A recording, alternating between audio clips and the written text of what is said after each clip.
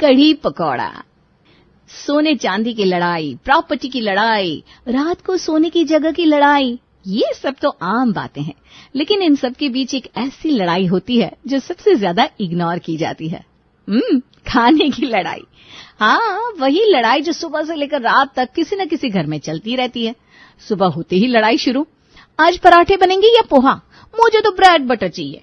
और फिर आता है लंच का समय, और जिसके मन का खाना नाश्ते में ना बना हो, लंच में भी अपने मन का खाना ना मिले, फिर तो आप सोच लीजिए। और रात के क्या कहने, रात को तो हालात और बिगड़ जाते हैं। खाने की ये लड़ाई हर दिन होती है, हर घर में होती है। सोने चांदी की लड़ाई तो एक बार खत्म भी हो सकती है, लेकिन खाने की लड़ाई ये तो हर दिन नए जोश, नए तर्क और नए डिमांड के साथ फिर से शुरू हो जाती है। आज की कहानी भी इसी लड़ाई के बारे में है। सुबह सुबह नीतू सभी को चाय परोस रही थी, तभी जानकी कहती है, बड़े दिन हो गए बहू, पकौड़े की कढ़ी नहीं खाई। आज ना पकौड़े की कढ़ी बना लेना, दही जमा कर रखी थी ना। दही का तो मुझे पता नहीं मम्मी जी, कल रात को मैं शादी में गई हुई थी। अगर निधि ने जमाई होगी तो पता नहीं, मुझे जाकर फ्रिज में देखना होगा, मैं देख लेती हूँ एक बार। मेरे हिसाब से तो जमाई होगी। फिर भी देख ले, और अगर बेसन नहीं है तो प्रेम अभी ही जाकर ला देगा, वरना जैसे ये काम के लिए निकलने लगेगा तो हमेशा की तरफ पीछे से टोक देगी। आदत से मजबूर तो है ही तू। नीतू किचन में जाती है और फ्रिज खोलकर दही ढूंढने लगती है। क्या ढूंढ रही है भाभी, आप बताइए, मैं बता देती हूँ वो चीज कहाँ रखी है। अरे निधि, वो मैं देख रही थी कि तूने दही जमाई है कि नहीं, और बेसन होगा ना, एक बार देखकर बता दो ना। वो मम्मी जी को ना कढ़ी पकौड़े खाने का मन हो रहा है। कढ़ी पकौड़ा सुनते ही निधि के मुंह से तो पानी टपकने लगता है, और टपकना जायज भी था। बचपन से न जाने कितनी खाने की डिशेस आई और गई, पर कढ़ी पकौड़ा निधि के मन से नहीं गया। कढ़ी पकौड़े बनने वाले क्या भाभी? अरे वाह वाह, तो पहले बोलना था ना। बेसन नहीं भी होता तो मैं जाकर बेसन ले आती, और हाँ, दही भी है, बेसन भी है, सब कुछ है। आप जाकर मम्मी जी से कह दीजिए। नीतू फौरन हॉल में जाती है और अपनी सास को कढ़ी पकौड़ी बनाने की कंफर्मेशन दे देती है। बस फिर दोपहर में कढ़ी पकौड़े और चावल बनाने का फिक्स रहा। वाह जी वाह, मेरे मन में तो अभी से पानी आ रहा है। बहू, कढ़ी चावल की तुलना ना किसी और भी खाने से हो ही नहीं सकती। अरे माँ जी, मैं आपसे पूछना ही भूल गई, आप खा लेंगी ना कढ़ी पकौड़ा, या कुछ और बनवा दो? मेरी आई मुझसे पूछने वाली, कढ़ी पकौड़ा बने या बिरयानी मुझ तक पहुँचे वही गनीमत है। तू छोड़ेगी तब तो खाऊंगी। अरे माँ, ये क्या बोल रही हो तुम? जान की कोई नाग है क्या जो सारी सब्जी चट कर जाएगी? तू देखकर बनाना बहू, उतनी क्वांटिटी हो जो सभी को मिल जाए। आप तो ऐसे कह रहे हैं पापा जी जैसे मैं कल ही ब्याह कर आई हूँ। सभी की खाने की क्वांटिटी का अंदाजा है मुझे, आप फिक्र मत कीजिए। और दोपहर के खाने के लिए नीतू और निधि कढ़ी पकौड़े बनाने में लग जाती है। एक तरफ निधि बेसन की कढ़ी तैयार कर रही थी, दूसरी तरफ नीतू बेसन के पकौड़े तल रही थी। दोपहर के 2 बजे रसोई से आ रही घी में तड़के और कढ़ी की महक से पूरा घर महक उठता है। अब तो रहा नहीं जा रहा बहू, खुशबू बाहर तक आ रही है, अब खाना भी ले आओ। सच में पापा, लग रहा है मानो ये खाने की खुशबू हमें चिढ़ा रही हो। तभी घर की दोनों बहुएं गर्मा गर्म चावल और कढ़ी पकौड़े लेकर रसोई से बाहर आती हैं। खाना देखते ही सभी उस पर टूट पड़ते हैं। अरे ये क्या कर रहे हो तुम लोग, ऐसे तो पतीला ही गिर जाएगा, फिर क्या खाएंगे हम सब? सब अपने हाथ पीछे करो, पहले मैं खाना लूंगी। दरियाई, घर के सबसे बड़ी जैसे तू है, मैंने है जानती नहीं क्या मैं तुझे फट से सारी पकौड़ियाँ चट कर जाएगी। ए छोटी, तू जरा पहले मेरी कटोरी में कढ़ी डाल दे और अच्छे से पकौड़ियाँ डालना, वरना मेरा नंबर आते आते पतीले में सिर्फ कढ़ी कढ़ी रह जाएगी। नहीं नहीं दादी जी, आप फिक्र मत कीजिए, सभी की कटोरियों में पकौड़े आएंगे, ये मेरी गारंटी है। सबसे पहले लता अपना खाना लेकर साइड हो जाती है, फिर खाना लेती है जानकी, फिर सुरेंद्र, फिर अमित और फिर प्रेम। सभी मस्ती से खाना एंजॉय करने लगते हैं। सभी को खाता देख अब दोनों बहुओं से भी रुका नहीं जा रहा था। अरे बेटा, सबने तो ले लिया खाना, और कोई रोटियां तो खा नहीं रहा कि तुम्हें गर्मा गर्म परोस कर लाना है। जाओ जल्दी से अपने अपने प्लेट ले आओ और तुम भी खाने बैठ जाओ, वरना एक बार चावल अगर ठंडे हो गए ना तो फिर वो मजा नहीं आएगा। नीतू और निधि भी अपने खाने के लिए रसोई से प्लेट ले लेती है। पहले खाना लेती है नीतू, फिर निधि जैसे ही पतीले में चम्मच डालती है उसमें एक भी पकौड़ा नहीं था। है, इसमें तो एक भी पकौड़ा नहीं है, ये तो सिर्फ कड़ी कड़ी रह गई है मेरे लिए। निधि यहाँ से वहां सभी की ओर नजरें घुमाती है, पर कोई उसकी ओर नहीं देखता, क्योंकि सबका ध्यान तो अपने अपने खाने की प्लेट पर था। मेरे वक्त ही पकोड़े कैसे खत्म हो गए? भाभी ने भी तो अभी खाना लिया है। निधि जरा झांक कर अपनी जिठानी की कटोरी में देखती है तो नीतू तक की कटोरी में पकोड़े थे। ये क्या फूटी किस्मत है मेरी, लगता है कढ़ी के साथ ही चावल खाने पड़ेंगे। जहां पूरा घर पकोड़े वाली कढ़ी के साथ चावल को मसल रहा था, वहां घर की छोटी बहू यानी निधि को सिर्फ कढ़ी के साथ ही चावल खाने पड़ते हैं। खाने के बाद सभी को उबासी आने लगती है। अब खाना था ही इतना अच्छा, और दोपहर के खाने के बाद नींद आनी तो लाजमी है। सभी अपने अपने कमरों में जाकर सो जाते हैं, पर बेचारी निधि अकेले हॉल में बैठी हुई थी, क्योंकि उसे चिढ़न महसूस हो रही थी। कितना मन था मुझे कढ़ी पकोड़े खाने का, कितनी एक्साइटेड थी मैं। ये दुख मेरी किस्मत पे क्यों लिखा भगवान। उदासी में निधि एक स्टेटस पोस्ट करती है, जिसे देखकर उसकी फ्रेंड उसे कॉल बैक करती है। क्या हो गया? आखिर में ससुराल का दुख तुझे महसूस होने ही लगा ना? बड़ी कहती थी मैं तो लक्की हूँ जी। अरे तू भी ना, मेरे ससुराल वालों ने कुछ नहीं किया। तुझे पता है ना मैं कढ़ी पकोड़े को लेकर कितनी पसेसी हूँ। आज घर पर कढ़ी पकोड़े बने थे, पर सभी ने पहले ही पकोड़े खा लिए और मेरे लिए बस कढ़ी रह गई और कुछ नहीं। यही बात थी तो चिड़न में मैंने स्टोरी पोस्ट कर दी। तू ना बहन सच में पागल है। कढ़ी बची हुई है तो पकोड़े तल ले और फिर से कढ़ी में मिला दे, कढ़ी पकोड़ा फिर से तैयार हो जाएगा। अरे वाह, भगवान तुझे स्वर्ग दे बहन, जीते जी स्वर्ग दे, मरने की बात नहीं। क्या आइडिया दिया है तूने। इरिटेशन और दुख में मेरा दिमाग काम ही नहीं कर रहा था। क्या सही उपाय बताया है तूने। और किचन में जाकर निधि फिर से बेसन के पकोड़े तल लेती है। अब बची हुई कढ़ी को खौला लेती हूँ और उस पे पकोड़े डालकर ढक कर रख देती हूँ। अभी तो दोपहर का खाना खाया ही है, भूख भी नहीं है, किस पेट में खाऊंगी। और अपने रात के खाने के लिए कढ़ी पकोड़े को फिर से तैयार कर निधि रसोई में एक तरफ रखकर बाकी कामों में लग जाती है। निधि घर के सारे काम तो कर रही थी, पर उसका ध्यान रसोई में रखे हुए कढ़ी पकोड़े पर ही था। निधि कढ़ी पकोड़े के बारे में अपनी जिठानी तक को नहीं बताती और उसके साथ मिलकर रात के खाने की तैयारियों में लग जाती है। तू सब्जी बना रही है तो फिर मैं पराठे बना लेती हूँ निधि।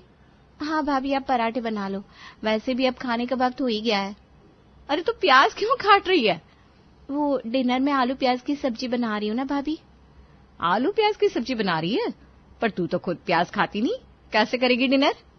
मुझे पता है भाभी, मैं नहीं खाती प्याज तो क्या हो गया, बाकी सब तो खाते हैं ना। और वैसे भी मुझे आज भूख नहीं है, मैं बिना डिनर करे ही सो जाऊंगी। खुद ही खुद में मुस्कुराती हुई निधि खाना तैयार करके बाहर सभी को परोस देती है। सभी खा खा कर अपने कमरे में चले जाते हैं और फिर जाती है निधि रसोई में अपना खाना लेने। अब आएगा ना मजा, इतने सारे पकोड़े अकेले मैं खाऊंगी, कोई रोकने टोकने वाला नहीं। सभी सो रहे हैं, आराम से टीवी चालू करूंगी, टेबल पर पैर चढ़ाऊंगी और टीवी देखते हुए आराम से मजे लूंगी पकोड़े की कढ़ी का। निधि जैसे ही पतीले के ऊपर से प्लेट हटाती है, उसका तो कलेजा ही मुंह को आ जाता है। पतीले के अंदर सिर्फ कोरी कढ़ी थी। हाँ, ये कैसे हो सकता है, किसने मेरी कढ़ी पकोड़े खा लिए। निधि के साथ दोबारा धोखा हो चुका था। अगली सुबह नाश्ते के वक्त जहां सभी आराम से उपमा खा रहे थे, रात की बची कढ़ी को खत्म करने के लिए निधि कढ़ी के साथ पराठे लेकर खाने बैठ जाती है। मौज तो आपकी है मैडम, दोबारा तिबारा खा रही हो ना ये कढ़ी पकौड़ा। तुम बताओ, हमें तो बस एक ही बार नसीब हुआ। देख लीजिए माँ जी, फिर आप कहती है मैं नागिन हूँ, 10-10 बार खाती हूँ। यहाँ तो 10 बार आपके पोते की बहू खा रही है। ये क्या बात हुई निधि? अगर कढ़ी पकौड़ा बचा था तो मुझे भी दे देती, मैं कौन सा तेरी दुश्मन हूँ। पिछली दोपहर तो मेरी कटोरी में गिनकर 4 पकौड़े आए थे। निधि इतनी इरिटेटेड थी कि वो किसी को कुछ रिप्लाई नहीं देती और अपना खाना उठाकर कमरे में चली जाती है। निधि के प्लेट में कढ़ी देखकर फिर से सभी का मन कढ़ी पकौड़े खाने का हो जाता है। मैं क्या कह रहा था नीतू, आज भी दोपहर में कढ़ी पकौड़े का ही प्लान कर लो ना, सही रहेगा। क्यों मम्मी? हाँ बेटा, तेरा मन है तो बिल्कुल बनवा ले। इससे सात्विक और शुद्ध खाना कुछ हो ही नहीं सकता। बनाने में भी आसान है, ऐसे इतनी गर्मी पड़ रही है, दाल चावल सब्जी चटनी पसेरा करने में बहुएं भी तो पसीने से लथपथ हो जाती है।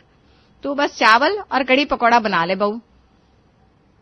नाश्ते के बाद निधि अपना मुरझाया हुआ चेहरा लेकर रसोई में आती है, जिसे देखकर नीतू कहती है, क्या हो गया भाई, ऐसे शक्ल बिगाड़ कर क्यों खड़ी है?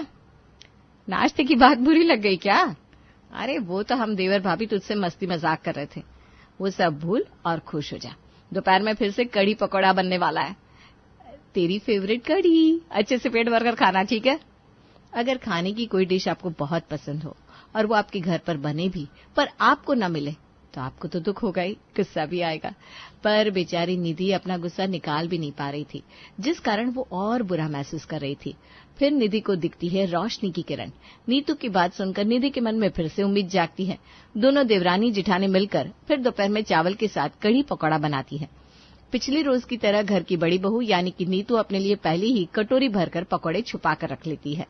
इन सब से बेखबर निधि कढ़ी पकौड़े और चावल बाहर टेबल पर सभी को परोसने के लिए ले जाती है। कल सबसे पहले आपने सारी पकौड़ियां ले ली थी जानकी जी, फिर मुझे टूटी हुई पकौड़ियां नसीब हुई। आज पहले मैं ही कढ़ी पकौड़े लूंगा। अरे घर का बड़ा तू है कि मैं? पहले मैं कढ़ी पकौड़े लूंगी, उसके बाद जिसे लेना हो ले। ए छोटी, जरा मुझे परोस।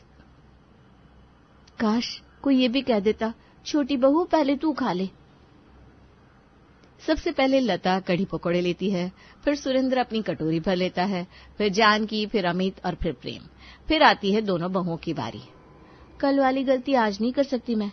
पहले तो खाना नसीब ही नहीं हो रहा, अब लास्ट तो आ ही नहीं सकती, सेकंड लास्ट तो सही। निधि जैसे ही अपना चम्मच पतीले में डालती है, नीतू उसे रोक देती है। अरे निधि, बड़ी मैं हूं कि तू? यहाँ सब कोई लाइन में उम्र के हिसाब से खाना ले रहा है ना, तू कहाँ बीच में घुसी जा रही है? लेने दे मुझे, फिर ले लेना, पूरा पतीला ले लेना। अब जब पतीले में कुछ बचा ही नहीं था तो बेचारी निधि लेती भी क्या। निधि को फिर से कढ़ी ही नसीब होती है। कोरी कढ़ी चावल के साथ लेकर निधि लता के पास जाकर बैठ जाती है। कल भी तेरी कटोरी में पकौड़ी नहीं थी बेटा, आज भी नहीं है तो पकौड़े नहीं खाती क्या? खाती हूँ ना दादी, पर यहाँ सभी लोग पहले पकौड़े ले लेते, मेरे लिए बचता ही नहीं है। अच्छा, पर ऐसा कैसे हो सकता है?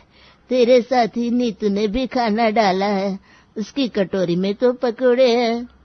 हाँ दादी, इनफैक्ट कल तो मैंने दोबारा पकौड़ियाँ तली थी और कढ़ी में डालकर भिगोने के लिए रसोई में रखी भी थी, वो भी कोई खा गया।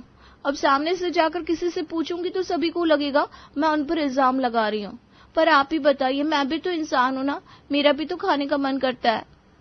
तो आज तो फिर से पकौड़ियाँ बना और बची हुई कढ़ी में डुबोकर रसोई में छोड़ दे, देखते हैं चोर कौन है।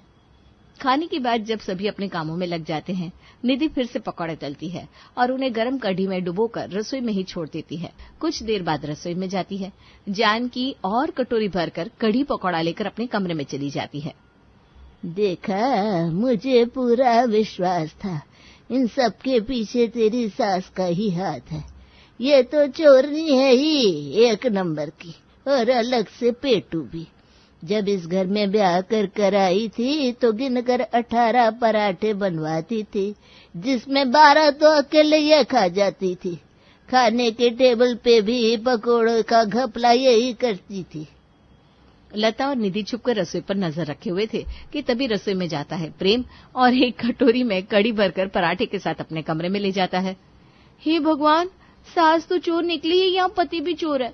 किसी ने ये नहीं देखा कि मुझे दोपहर में भी पकोड़े नसीब नहीं हुए थे, और आज सुबह मुझे क्या कह रहे थे प्रेम कि मैं 2 से 3 बार कढ़ी पकोड़े खा चुकी हूँ। बताइए दादी। एक एक कर सभी रसोई में रखे कढ़ी पकोड़े पर हाथ साफ कर रहे थे। फिर जाती है रसोई में नीतू, जिसने बेसन के सूखे पकोड़े अलग से ही फ्राई करके खुद के लिए रखे थे। वो आराम से रसोई से पकोड़े लेकर आती है और टीवी देखते हुए खाना शुरू कर देती है। ये सब देखकर निधि की आंखें भर आती हैं और वो बालकनी में जाकर फूट फूट कर रोने लगती है। क्योंकि मैं किसी के सामने मुंह खोलकर अपने पसंद की चीज नहीं मांगती, इसीलिए ये सब हो रहा है मेरे साथ। अब खाना ही नहीं मुझे कढ़ी पकोड़ा। नहीं नहीं बेटा, कढ़ी पकोड़ा तो तुझे मैं खिला कर रहूंगी। अगली दोपहर फिर से दोनों देवरानी जेठानी मिलकर कढ़ी पकोड़े बनाती है। उनके पीछे से लता रसोई में जाती है और कढ़ी के अंदर की सारी पकौड़ियों को गायब कर देती है, यहाँ तक कि उन पकौड़ियों को भी जो नीतू ने छुपा कर रखी थी। इन सब से अनजान नीतू खाना टेबल पर परोसती है। आज तो नाश्ता इतना भारी हो गया, मुझे भूख ही नहीं। जिसे पहले अपने प्लेट में खाना परोसना है परोस ले। आज पहले मैं ले लूंगा मम्मी, ऐसे भी देर हो रही है, मुझे जल्दी से खाकर निकलना है। अमित कढ़ी पकोड़े के लिए पतीले में चम्मच डालता है, पर उसमें पकोड़ा तो था ही नहीं। अरे ये क्या, इसमें तो पकोड़े ही नहीं है। तुझे ना सबसे लास्ट में लेने की आदत हो गई है। भरे हुए पतीले से कभी तूने पकौड़े निकाली है क्या? हाँ, इसलिए तुझे पकौड़े नहीं मिल रहे। ला चम्मच, मैं निकालता हूँ। सुरेंद्र भी कड़ी में चम्मच घुमाता है पर पकौड़ी बाहर नहीं आती। आती भी कैसे, उसमें पकौड़े थे ही नहीं। एक एक कर अपने मन की तसल्ली के लिए सभी पतीले में चम्मच घुमाते रहते हैं। इसमें तो पकौड़े ही नहीं है बहू, अब हम क्या खाएंगे? पर मैंने पकौड़े डाले थे मम्मी जी। जहां सभी मुंह झुकाए बैठे थे वहां निधि पतीले में से कड़ी निकालकर चावल के साथ खाना शुरू भी कर देती है, जिसे देखकर सभी हैरान हो जाते हैं। तुझसे ये कड़ी के साथ चावल खाए जा रहे हैं बहू? क्यों नहीं खाए जाएंगे? पिछले 3 दिन से बिना पकोड़े की कड़ी तो चावल के साथ खा रही है मेरी छोटी बहू। तुम सब तो एक एक करके कड़ी में से पकौड़ियां निकाल लेते हो, फिर कोई देखता भी नहीं आगे वाले को पकौड़ी मिलेगी कि नहीं। इसीलिए मैंने आज पहले ही पतीले में से सारी पकौड़ियां निकाल ली थी। आज कड़ी पकौड़ा सिर्फ मेरी बहू निधि खाएगी। निधि की खुशी का ठिकाना नहीं रहता। जब उसने उम्मीद छोड़ दी तब कड़ी पकौड़ा उसके सामने खुद ब खुद आ गया। लता की बात से सभी को समझ में आ जाता है कि वो गलत कर रहे थे। अब आप सब मेरा मुंह क्या देख रहे हैं? अपनी अपनी कटोरियां ले लो, 2-2 पकौड़े तो मैं आपको दे ही सकती हूँ।